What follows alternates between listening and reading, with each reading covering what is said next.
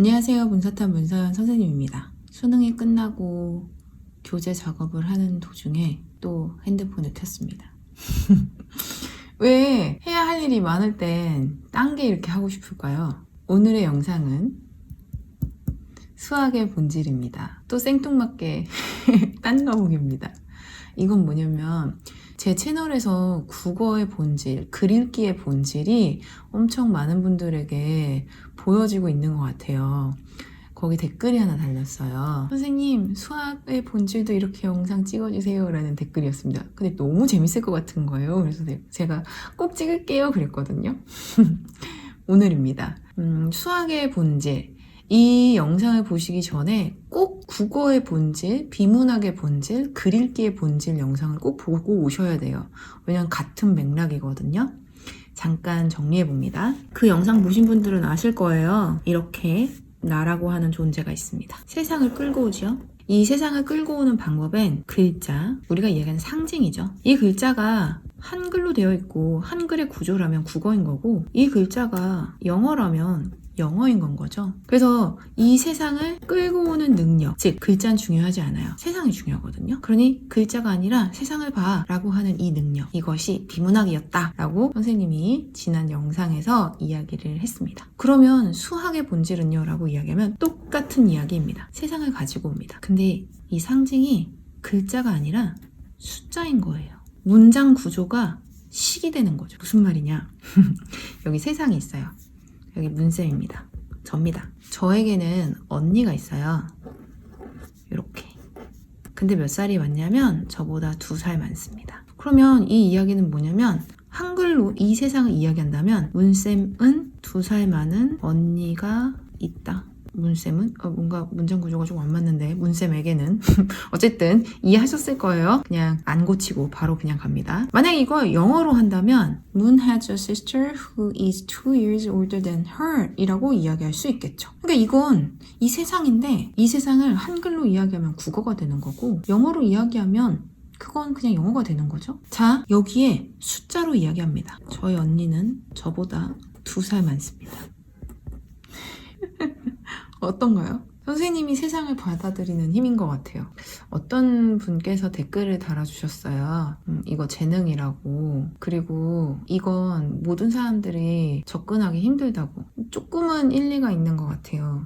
그 부분은 저도 조금 인정을 해요. 왜냐면 제 남편, 선생님의 남편 같은 경우는 전혀 이거를 받아들이지 않거든요. 자기는 무슨 말 하는지는 알겠지만 와닿지가 않는데요. 근데 진짜 이게 수학이에요. 그냥 세상의 것들을 이렇게 숫자로 식으로 표현한 것, 그리고 그 식을 통해서 세상을 보는 것, 이게 수학인 건 거죠. 수학의 본질은 이게 다예요. 근데 어느 순간 상상, 즉 세상이 상상이 안 돼도 보이지 않는 그 추상성, 형이상학의 이야기를 가지고 올 수가 있어요. 글자, 언어를 통해서. 마찬가지로 지금처럼 언니가 저보다 2살 많은 이 이야기가 세상일 텐데, 그런데 이 세상 자체가 추상적으로 가도 그냥 숫자라고 하는 이 수리학이라고 하는 이 식으로 세상을 볼 수 있어요. 그러니 이게 수학의 본질입니다. 근데 너무 추상적이죠. 저도 수학의 본질을 저는 이렇게 정의 내리고 그리고 이건 틀리지 않았다고 생각을 해요. 어떤 숫자든 예를 들면 이런 경우죠. 여기에 박스가 있어. 근데 여기에 박스가 4개가 있어 라고 한글로 써도 세상을 가지고 오는 거고 여기에 there are 4 boxes 이래야 되겠죠? 그렇게 이야기하면 또 세상을 가지고 오는 거고 그리고 여기서 박스 4개 이러면 세상이거든요. 근데 수학은 상징으로만 세상을 이야기하다 보니까 엄청 추상적이에요. 그래서 이게 형이상학의 개념으로 접근을 해서 숫자로 세상을 보려면 좀 이것도 재미 좀 느껴야 되고 흥미도 느껴야 되고 그러는 것 같아요. 그럼 선생님이 어렸을 때는 어떻게 수학을 공부를 했느냐 알려드릴게요. 오늘 미분에 대해서 잠깐 이야기를 해보려고 합니다. 미세하게 나누다. 도함수가 뭘까요? 그럼 애기들이 도함수요? 이게 미분이잖아요. 그럼 도대체 미분을 공부를 하고 있는데 이게 도대체 뭔데? 저는 이게 무엇인지에 대해서 되게 고민을 많이 했었거든요. 그래서 어렸을 때 고등학교 때 미분까지는 공부를 했어요. 그리고 적분을 공부를 제대로 해본 적이 없어요. 그래서 전 적분을 지금도 풀 줄 몰라요. 근데 20년 거의 가까이 전에 공부를 했던 미분인데 전 아직도 미분을 시간만 주면 한참 고민하면 풀리기는 하더라고요. 그럼 왜 그랬느냐? 선생님이 이해한 거죠. 미분 계수로 인도하는 함수, 이게 도함수. 아니 그러면 fx를 미분한다라는 그 개념이 그 의미가 무엇인데요? 자, 순간 변화율이잖아. 그럼 이것이 무엇을 얘기하느냐? 이제 시간이 있어. 우린 여기 고3이야. 고1부터 한번 생각해보는 거야. 몸무게가 계속 찝니다. 너무 쪄서 안 될 것 같아서 살짝 뺍니다. 근데 또 찝니다. 이건 아닌 것 같아. 또 살짝 뺍니다. 그리고 또 찌고, 또 빼고, 또 쪄서 결국은 수능날 최고점을 찍습니다. 네, 선생님이 그랬습니다. 근데 자, 궁금한 거야. 이 시간 동안 몸무게의 변화에 그 포인트가 궁금한 거예요. 그게 미분이에요. 길게 고등학교 1학년 때부터 고3 때까지는 평균 변화율 커졌죠. 살이 찐 거야. 근데 과연 여기도 살이 찐 걸까? 아니, 이 순간은 정체기. 그러니 기울기가 미분가, 미분계수. 그 순간의 변화율을 보고 싶구나. 이때는 계속 찌고 있네. 그러니 여기서의 미분값은 양의 값이 나올 거예요. 왜? 양이잖아. 여기서의 미분값은 0이 나올 거예요. 여기는 마이너스, 여기는 또다시 0. 여기는 다시 플러스, 여기는 또다시 0. 마이너스 0, 플러스 0, 마이너스 0, 플러스. 즉, 미분은 실제 어떤 상황, 세상을 얘기하고 있었던 거죠. 알거든요. 수학은 수학의 세상을 보는 거예요. 결국은 그건 세상인데 이게 추상성을 갖기 때문에 좀 어렵고 형이상학적이어서 조금 어려울 수 있어요. 근데 원래 내용은 이래요. 이걸 이해하고 나면 미분이 뭔지 아니까 어떤 걸 갖다 이야기를 해도 이때는 양의 값이네, 이때는 음의 값이네, 단순히 외워서가 아니라 이해한 거죠. 그럼 이런 게 왜 필요하느냐? 예를 들면 기차가 어느 터널을 지나. 근데 그 터널을 지날 때의 순간의 속도, 그 변화, 이거 값을 알아야지 이렇게 지나갈 때 이 순간의 찰나에 서로에게 가해지는 압력을 계산할 수 있겠죠? 이런 부분들에서 이제 미분이 필요하고 그렇죠. 선생님 경제학과 나왔는데 경제학에서 미분 엄청 많이 써요. 왜냐면 지나온 경제의 추세선을 보고 얘는 경제가 좋아지고 있을 때 이때가 정점, 이때가 저점, 이런 식으로 말이죠. 자, 이렇게 해서 수학의 본질, 결국은 수학도 그것이 의미하는 세상이 있구나라는 본질을 이야기했습니다. 그러면 이게 실제 문제에서 어떻게 적용되는지를 보여드릴게요. 선생님 같은 경우에는 공식을 외운다거나 그런 게 아니라 숫자를 통해서 세상을 보고 숫자가 의미하는 바가 무엇인지, 식이 의미하는 바가 무엇인지에 포커스를 둔 공부를 했던 건 거죠. 그리고 이건 저도 알고 있습니다. 제가 수학을 좋아해서 가능한 일일 수도 있어요. 제가 국어의 본질에서도 말씀드렸지만 성적은 국어가 제일 잘 나왔어요. 왜냐면 그건 공부하지 않아도 나오니까. 근데 수학은 공부해야지 계속 그 레벨이 올라가는데 선생님 고등학교 때 공부 열심히 안 했거든요. 재미있는 수준까지만 딱 한 거죠. 근데 그 재미있는 수준은 공식을 외운다거나 그래서가 아니라 그 숫자를 통해서 세상을 이해한 느낌이었던 것 같아요. 그 방식대로 문제를 푼다면 어떨까? 그래서 실제 문제를 가지고 왔습니다. 이 문제는 2017학년도 수능 문제예요. 나형. 27번 문제고 선생님 기억에 그때 오답률이 한 80%를 넘어서 30번 다음에 이게 제일 어려웠던 문제였을 거예요. 근데 제가 왜 이 문제를 가지고 왔냐면 그때 선생님 학생이 이 문제를 가지고 와서 선생님한테 물어봤어요. 이거 어떻게 하냐고. 왜냐면 그 학생 같은 경우는 제가 수학을 좋아하는 걸 아니까 중간중간 선생님이라면 이 수학 문제 어떻게 풀 거예요? 선생님이라면 이거 어떻게 접근할 거예요? 이렇게 물어봤었거든요. 그래서 이 문제가 기억에 남아요. 이제 선생님이 공식 전혀 필요 없이 선생님 순열, 조합 이런 거 공식 하나도 기억 안 나요. 아무것도 기억이 안 나요. 근데 선생님이 이걸 풀었거든요. 어떻게 풀었는지 보여드리겠습니다. 먼저 이 문제를 보면 조건을 만족시키는 음이 아닌 정수니까 이건 0 포함되고 자연수겠죠? 오케이. A, B, C 더해서 7. 자, 이제 이 두 조건을 만족해야 돼. 2의 A승 곱하기 4의 B승입니다. 그러면 2의 A승, 4의 B승은 2의 제곱의 B, 이게 8의 배수여야 돼. 그렇다면 이 이야기는 뭐냐면 우리는 지수를 더할 수 있으니까 2의 A 플러스 2B가 8의 배수는 2의 3승이죠. 그러니까 선생님 머릿속에는 8의 배수 2의 3승은 하나로 움직여야 되고 여기 옆에 2가 붙든 3이 붙든 뭐가 붙든 얘는 배수여야 되는 건 거죠. 근데 어차피 얘는 2의 n승이기 때문에 다 2, 4, 16 이런 식으로 붙겠죠. 어쨌든 얘는 기본으로 세팅 값이 있어야 돼. 얘가 세팅이 2의 3승. 그럼 이 얘기는 뭐냐면 8의 배수라는 건 2의 3승보다 얘는 크거나 같아야 돼요. 즉 2의 3승보다 커서 2의 4승도 상관없고 2의 5승도 상관없는 거죠. 이해했으니까 지금까지 기억하는 거예요.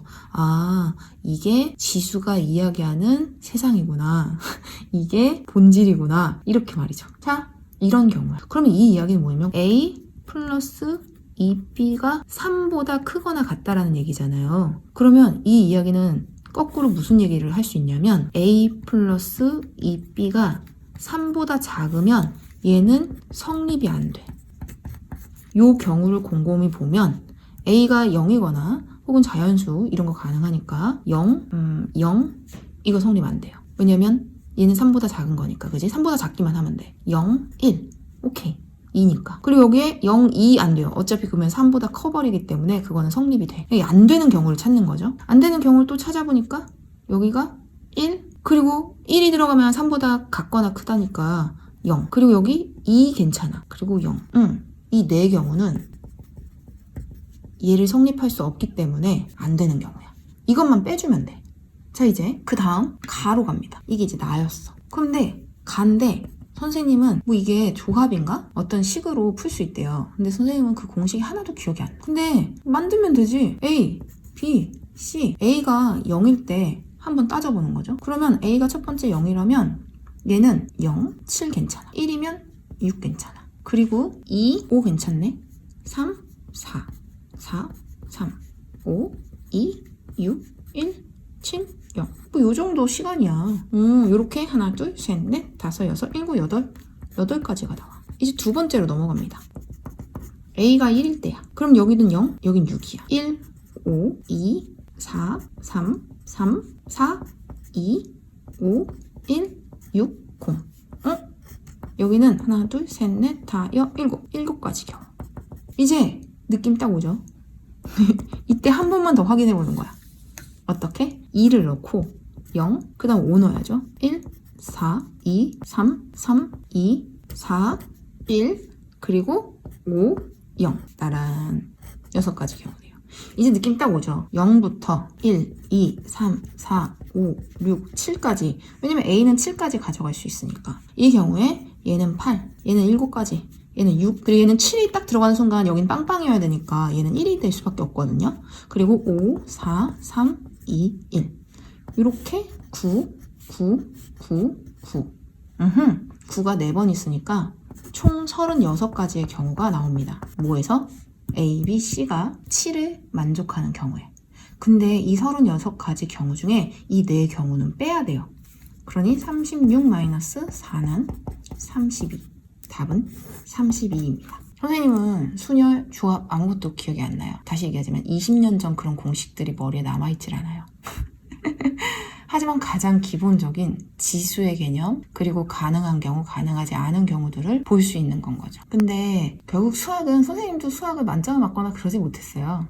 왜냐면 수학은 연습인데, 고등학교 수학은 특히나 더 훈련이고 연습인데 선생님은 그만큼 훈련을 하지 않았어요.